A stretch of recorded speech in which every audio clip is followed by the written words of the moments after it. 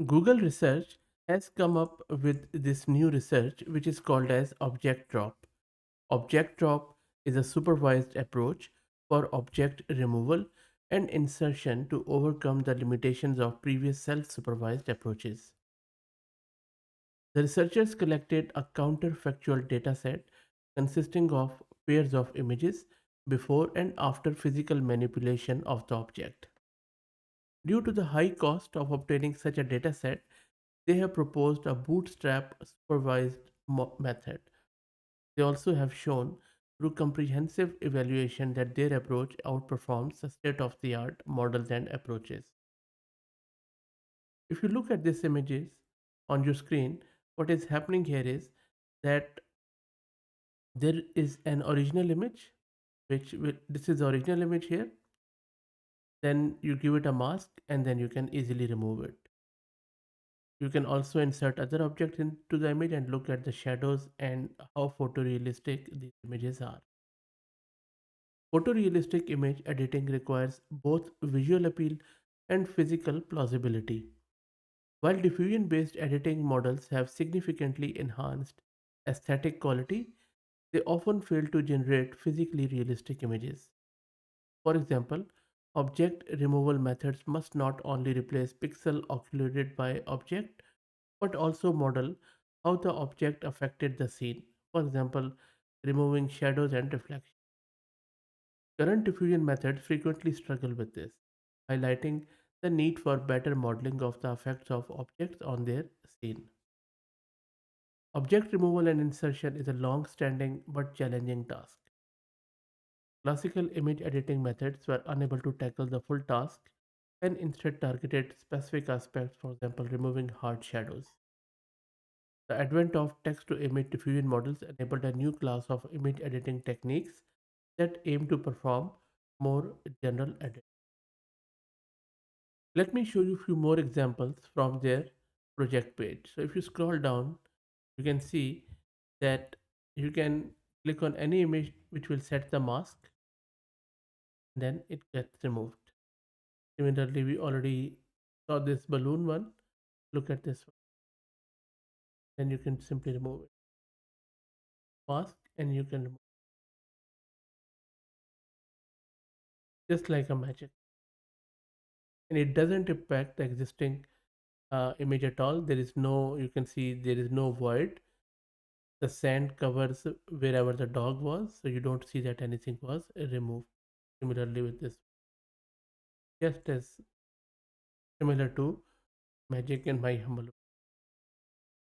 They have also analyzed the limitations of self-supervised editing approaches through the lens of counterfactual inference. A counterfactual statement takes the form if the object did not exist, this reflection would not occur. Accurately adding or removing the effect of an object on its scene requires understanding what the scene would look like with and without the object. Self-supervised approaches rely solely on observation of existing images, lacking access to counterfactual images. Disentanglement research highlights that it is difficult to identify and learn the underlying physical processes from this type of data alone, leading to incorrect edits. This often manifests as either incomplete object removal or physically implausible changes to the scene. And that is where this new project has been proposed, which is a practical approach that trains a diffusion model on a meticulously curated counterfactual dataset. Each sample includes a factual image depicting the scene, a counterfactual image depicting the scene after an object change, which means adding or removing it, and then they have created this data set by physically altering the scene. A photographer captures a factual image, alters the scene, and then captures a counterfactual image. This approach ensures that each example reflects only the scene changes related to the presence of object instead of nuisance factors of variation. If you go through this page, there are a lot of other examples. For example, this is the object insertion. You click here and objects have been inserted, and look at this. So as soon as you click on it, it is half immersed in. Look at this one. It also produces even the shadows. Look at the car. How good is it? And you can also do the object movement here. For example, you click, object has been moved to another place. This can has been moved here. This has been brought to the ground. You have changed the position of dog. You can even change the position of rock here. Imagine what is happening. You can even change the geography totally. And then you are moving the ships there. So you can even create the movements out. Now, another interesting thing is that what exactly approach they have used, which I already have told you in other words, but let me explain it in more simple words. So if you look at this diagram, this explains their whole approach. They have collected a counterfactual data set consisting of photos of scene before and after removing an object while keeping everything else fixed. They then used this data set to fine tune a diffusion model to remove an object and all its effects from the scene.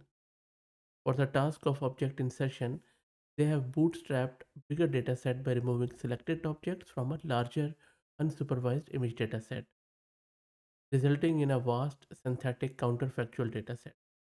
Training on this synthetic dataset and then fine-tuning on a smaller original supervised dataset yields a high quality object insertion model, as you can see on your screen. Now, as I said, there are a lot of other examples on the page, and I will drop the link in video's description. Another thing, quickly, I wanted to mention about this is that they have also proposed a two-step approach. That first, they train an object removal model using a smaller counterfactual data set. Secondly, they have applied the removal model on a larger unlabeled image data set to create a vast synthetic data. And then they have fine-tuned this diffusion model on the large data. I think this is the approach which should be used in all of these models because the results are really astounding. That's it, guys. I will drop the link to this project page in video's description. Let me know what do you think. I'm quite impressed, as you can see, and couldn't find the code of it. So as soon as I find the code and weights of this model, I will create another video where I will try to do it local install, and then we will try to play around with this model. Let me know what do you think. If you like the content, please consider subscribing to the channel. And if you're already subscribed, then please share it among your network as it helps a lot. Thanks for watching.